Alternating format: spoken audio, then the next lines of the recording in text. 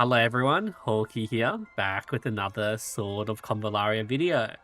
So back on this tier list from Special Mew Mew, and talking about the Kvare Tier 3 controversy, like I did some comparisons with like Kavare's piercing versus SP Mytha, and you guys did say, there is more to Kavare's kit, his debuffs, his DOT, it's not a fair comparison between like Kvare, Marsil, SP Samantha, SP Mytha, that sort of thing.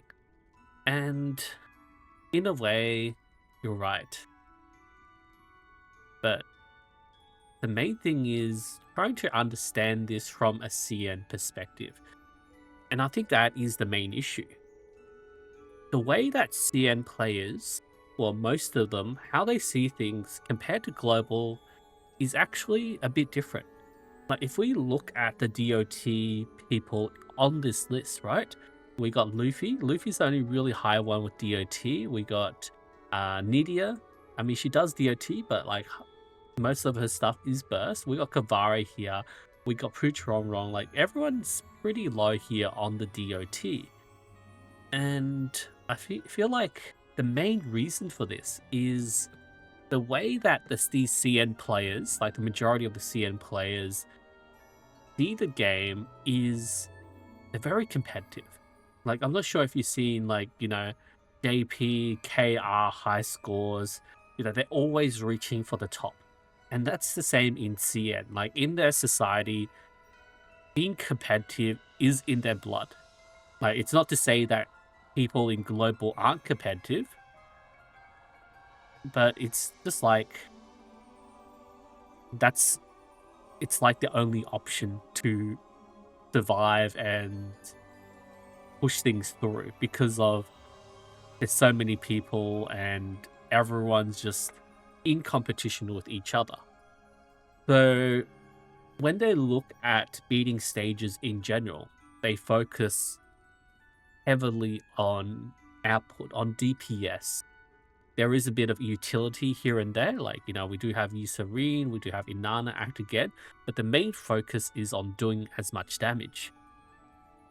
Which does mean that the free-to-play mindset is a bit lacking. And there are free-to-play players on the CN version, but the majority of free-to-play players is actually in Global. Global has the most amount of free-to-play players. When CN players look at, they're not able to beat a stage, I guess the first thing that really comes in mind is how can they optimize their damage? How do they hit harder? Do they have to spend more? Do they have to bring like stronger units? And it's all about those optimization min-maxing. And I feel like in global, it's like, oh, if you can't beat it, let's just try the free-to-play option. Let's grind it out. Let's grind out over more turns. Let's use the Luxite gang. Let's use DOT. Let's burn them down. And I think that is the main difference between us and CN. Like, there is much more to play with Kvare. Like, you can kite and do the debuffs, run around. You can drag the turns out, do his rain, and just avoid the enemy. You don't have to always go up and close and beat them down, right? And I feel like one of the most representative ways that we showed this in global is how we used low levels units to beat the weapon trials. Like, CN never did that. CN never expected us to beat the weapon trials at such low levels. Like, you can see Narwhal here at 35. I did it at 40. Narwhal at 40. And what's insane is stage 10, level 65. What's the name? Beat it at 36 using like free-to-play friendly units and basically just grind the boss down. And that was just insane because everyone was thinking, oh, okay, we just need to stack more DPS and brute force it down. But there's ways to cheese it. I guess that's the main thing. We were cheesing it with like Luxite gang, cheesing it with infection, that sort of thing. Like, that's not to say there's no ways for like CN players to cheese or anything. But I guess that their main focus is on DPS rather than just grinding them down slowly and taking like so many turns. Because time is money, right? If they do it faster, then that's better, right? Is faster better? Or is it just about grinding the stage down? Like, who else? Like, we do have like OG Sophia here, decently high, like Afra, like grinding them down. I don't know. I feel like that is the main reason why Kvare has been pushed so far down, and that why we don't really see eye to eye with the Kvare sort of comparisons with the other DPS units, because he is a bit of a role compression. Like, he has DOT, he has piercing, and nobody else really has that, right? Like, even looking at the comments, I did comment about Kvare low, and then this guy's like, Kavare's ability to place dots is a bit abnormal, but less common in the CN server. SP Mything Eucerin, he's not the only carry with wide, huge AoE piercing. That's a behind the curve. He can't compete with the tier 2 AoE characters. He has a speed advantage and decent clearing, so he's being relegated to tier 3. Impossible to be on the same page with Magnus and the others. Kvare is not only good at clearing things. Yeah, it's just not really much focus on the DOTs. They also said that Kvare was running into difficulties with like high defense enemies, and it just took too long to like grind them down. I was like 2k, 2.5k defense, that sort of thing. Like, maybe one of the reasons is, you know, we're not at CN's current meta with their more difficult stages. At difficult stages, you can still slowly grind them down, right? Was there much stuff about Kvare as well? Oh, this is Magnus talking about his Isolate Defense 3 is very unique and has decent damage as well. Camelot. So much comments about Camelot being low. He was still fairly high, right? He was like still tier 1 in that list. Yeah, that's pretty high.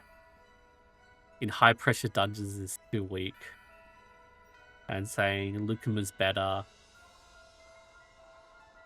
And Prince Shams is no match for Camelot except fighting single bosses. Was there more Kvare stuff? Yeah, and there was disputes about Pooch Ronron. Maybe Special Mimi only considers Pooch Ronron to play dodge. The ultimate skill damage is very high. Compared with Karis. Is that Pamina? Momo and Layla. Her survivability is also first class. Ronron's one level higher. Karis, Pamina, Momo, Layla are one level lower. And who's this? Yeah, it's Leaf.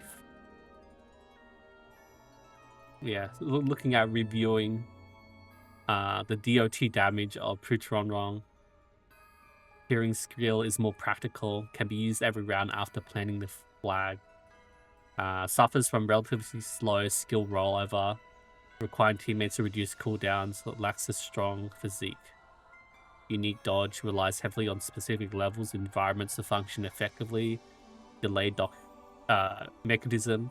In today's era of efficiency, right? Efficiency is the key here. She's less popular than direct damage.